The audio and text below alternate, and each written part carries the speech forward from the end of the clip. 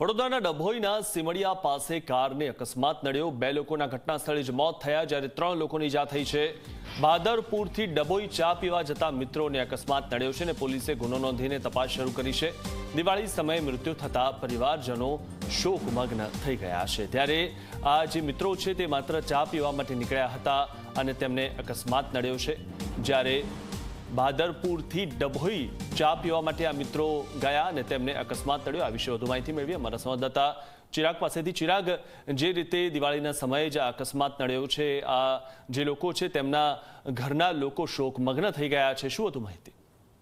બિલકુલ મિથુન, જે પ્રકારથી વાત કરવામાં આવે તો હાલ દિવાળીનો પર્વ ચાલી રહ્યો છે, જેને લઈને અનેક ગામોમાં એવું છે કે જે મિત્રો છે એ ગામમાં ભેગા થઈને દિવાળી મનાવવામાં આવે, જેને લઈને જે બાદરપુર છે જે છોટાઉદેપુર જિલ્લામાં આવેલું છે ત્યાંથી જે 7 મિત્રો છે એ ડભોઈ ચા પીવા માટે ગઈકાલે મોડી રાત્રે આવ્યા હતા।